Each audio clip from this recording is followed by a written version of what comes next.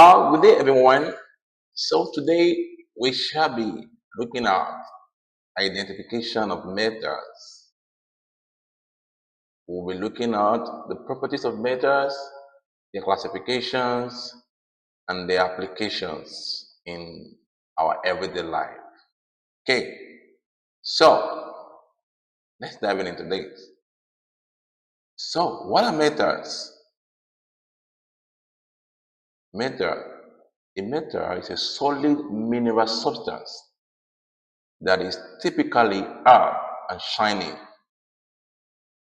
Number one, it can conduct heat as well as electricity. So that material or that substance that can conduct heat and electricity can be regarded as what? As a metal. Like we said earlier, it has a shiny surface, okay, and it's hard. Okay, it's different from non-metals that cannot conduct electricity and that cannot conduct heat, such as wood, plastics, ceramics, and rubber. These ones are regarded as non-metals because they do not have the properties of conducting heat and electricity as well as having shining surfaces. Okay, having known the definition of metals, let's talk about their key properties. Number one, when you see a metal, like we said before, it can conduct electricity. So it has a property of conductivity, the ability to conduct heat and electricity. And what do we mean by that? When you get a metal and subject it to heat, let's say like you get a metal and place it on fire. If you place a metal on fire and then touch that metal, it gets hot because it has conducted heat from the fire onto its own body. So by the time it touches it will conduct the heat into your hand. That is what we mean that it can conduct heat. It can conduct electricity in the sense that if you connect a metal into a source of electricity like battery, current can flow through that metal. Good. Another property of metal that we need to know is called the ductility of metal.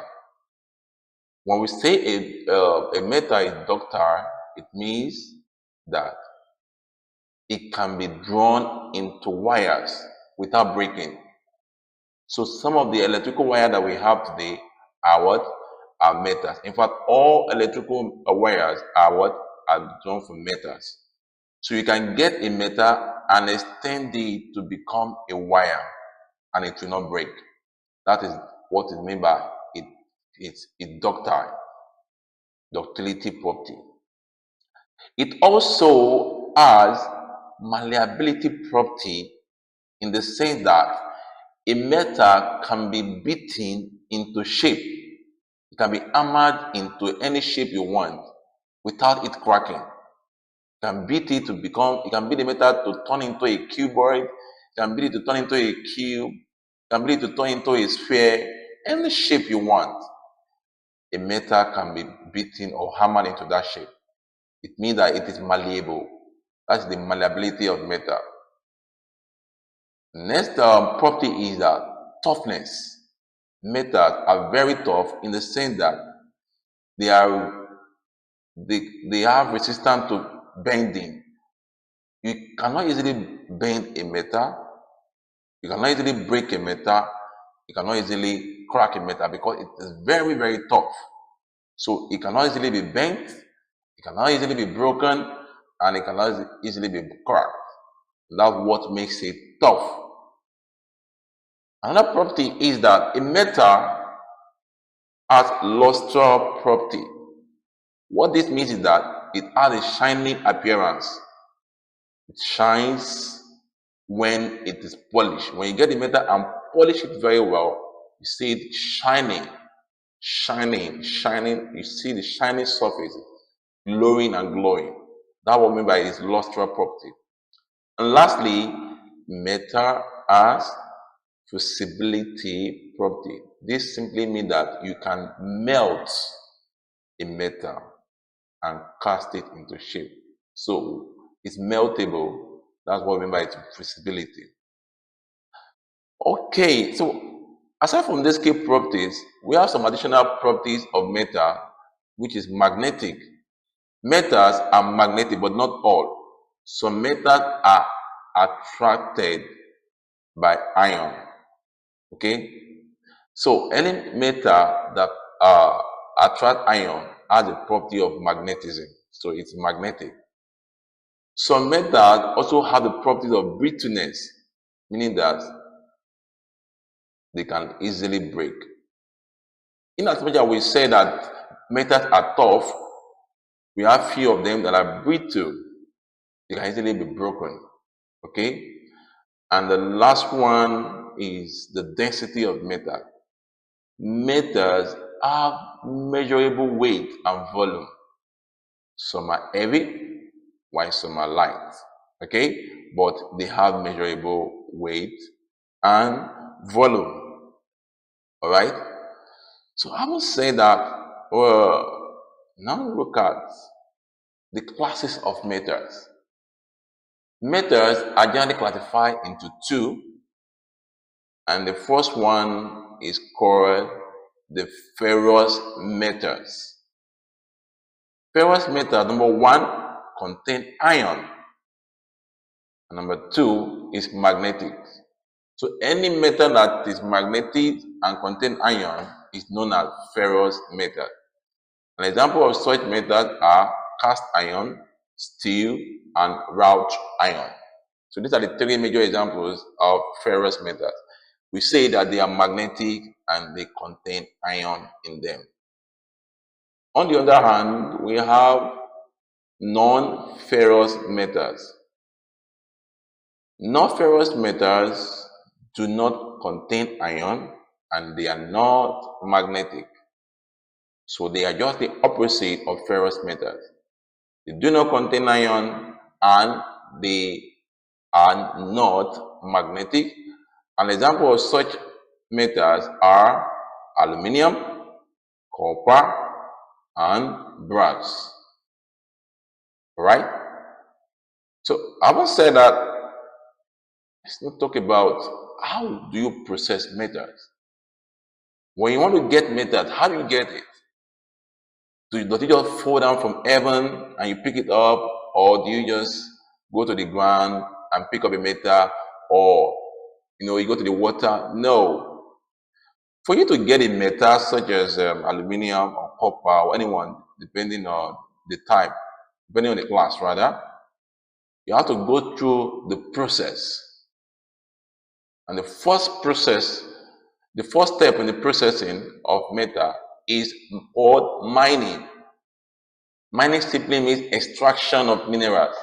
So you have to go to the ground and extract the main source of metal, which is what? The mineral ore. Okay? The mineral oil containing metals. Okay? You go to the ground and extract it.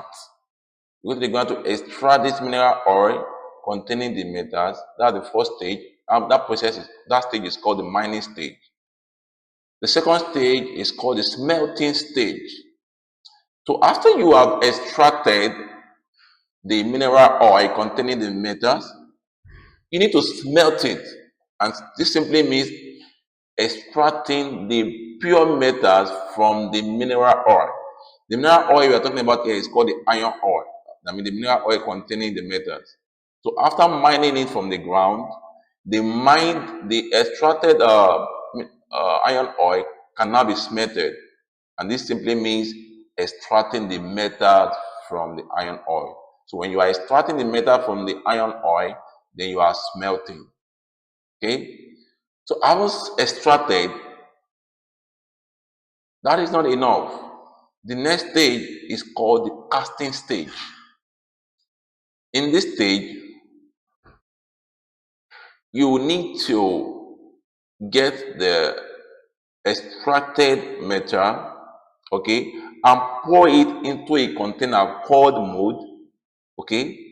to make the metal form the particular shape that you want. So this casting is a process of molding the metal into a desired shape, whether you want it to be in form of a cuboid or in form of a sphere or in form of a cube, any shape at all that you want, any solid shape you want it. That process is done under casting. So, and how is that one done? You get the extracted uh, pure metal and put it inside a container called the mold. It is now the mold that now gives the desired shape that you want. But that's not enough. The last stage is called the annealing stage. This stage involves heating and cooling the metal to soften and improve its workability. It's not enough to get the desired shape that you want from the metal. The metal should also be workable. It should be usable. So that process undergo what we call heating and cooling stage. So you have to heat and cool that metal. And when you are doing that, it is called annealing stage. So in a nutshell, for you to get your metal ready for use, you go mining. After mining, you go smelting. After smelting, you go casting. After casting, and you finally annealing. You anneal the metal. All right. So this is the process at which you can get metal from the ground into usable stage. All right. Now let's talk about the application of metals. We have said that we have the class of metals, the ferrous metal and the non-ferrous metal. Now let's talk about the application of the ferrous metals.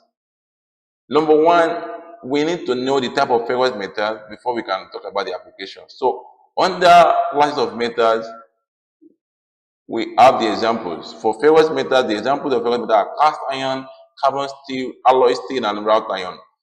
For cast iron, we use cast iron in making machine parts. Cast iron are also used for pipes. They are used in making radiators and engine blocks. Another ferrous metals is the carbon steel. The carbon steel is used in making the automobile bodies like our cars. So most of the car that we see there, they are made up of carbon steel. The body of the car are made up of carbon steel. And the gears also are made up of carbon steel. The gears we use, axle are made up of carbon steel. Hammers that we use in drilling nails into the wall are made up of what? Carbon steel. Then drills as well, drilling machines are made up of carbon steel. And the knives that we use in our kitchens are made up of carbon steel. Another ferrous metal is alloy steel. Alloy steel are used in making cables. They are used in making rails. We use them in making wires, electrical wires. We use them in making springs, like the spring balance and shock absorbers in the car. We use them in making ball bearings and also chisels. And lastly, the last example of the ferrous metal, the wrought iron. Wrought irons are used in making nails, horseshoes, pipes, wires, and roofing sheet. So, these are some of the applications of ferrous metals. So, if ferrous metal could have an application, definitely non-ferrous metal should have applications. That takes us to the application of non-ferrous metal. Number one of the examples of ferrous metal is aluminium. Of course, aluminium are used in making aircraft. The aircraft we see flying in the air are made up of aluminium. We also use aluminium in making cooking pots because they are light-weighted non-ferrous metal. So our cooking pot, most of them are made up of aluminium. When you go to the kitchen, you see written on it aluminium products, but not all, but most of our cooking pot are made up of aluminium. Then for copper, another example of non-ferrous metal, we use copper to make telephone wires. We also use copper to make water heaters, and we use it to make electric cables. In fact, copper is known to be the best electric cables that is being used. Okay, copper wire, very strong conductor of electricity. All right. So if you want to get good wire for conducting electricity, just go for copper. But it's a very expensive material anyway, but it's the best. Now the next non-ferrous metal is called the zinc. We use the zinc in coating either iron or steel against rust. You don't want your iron to get rust or your steel to get rust, then you coat the surface with zinc. With that, it will protect it from getting rust. We also use zinc in making wire fences. You know, if you go to some areas, the fences are made up of wires. You see, they call them barbed wires against armed robbery or just to have protection. So those wires are made up of zinc. We also use zinc in making tanks. All right. Now, aside from that, another non-ferrous metal is the brass. Brass is known to be used for musical instruments, just like a guitar. Okay, most of the time you find out that the body of the guitar is made up of brass.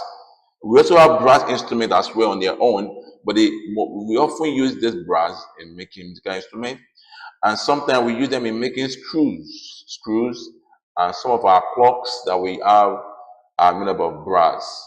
If you observe very well, they're made up of brass. Then lastly, among the list of examples of non-ferrous metals, we have silver. Silvers are used in making ornaments, decoration, and we also use silvers in making mirrors. So these are the application of both ferrous metals, some of the application of both ferrous metals and non-ferrous metals. All right. More on this the application of non-ferrous metal. We also have another one known as nickel. We use nickel in plating shining appearance. All right. So nickel helps in plating. What we talk about plating is coating shining appearance. We also use nickel in making cooking pots and saucepans. And for lead, we use lead in making pipes. We use lead in making storage batteries. We use lead in making chemicals because lead can appear both in solid and in liquid form. So we use lead in chemicals and we use lead as cable covers. All right. So as chemicals, it's in form of liquid known as electrolyte, right? So we also use it for cable covers to protect the cables, serve as a protector to cables. And then another non-ferrous metal is the tin. Tins are generally used in engine bearings. We use tin in making medals. We use tin in making coins, even statues. Most of the statues that we see, where we go to boutique, we see those statues. They're made up of tin, and we also use tin in making tubes. Tins are used in making tubes. All right, so these are just the areas of applications of both ferrous metals and non-ferrous metals. I hope you have learned something today. So the key takeaway in this class is this. Number one key point is that metals are classified by composition, meaning that we have two of them, ferrous, that means the one containing iron, and the non-ferrous, the one that has non-iron. Now, in terms of properties, we have 9 key properties that metals possess. Number one, we said they have conductivity properties. All right. We also have ductility property. We have the malleability property, toughness property, luster property, visibility property, magnetism property, brittleness property, and density property. This we have talked about in details. Another point or key takeaway again is that in processing metals, we have to go through 4 stages, and they are the mining stage, the smelting stage, the casting, and the annealing stage in order to get the desired shape that you want. And lastly, we say that we can use these methods in various areas. So we say that methods serve as specific industrial and commercial application based on their unique properties, which we have considered. All right, so this is where we are going to draw the curtains today. So thank you for listening, and bye for now.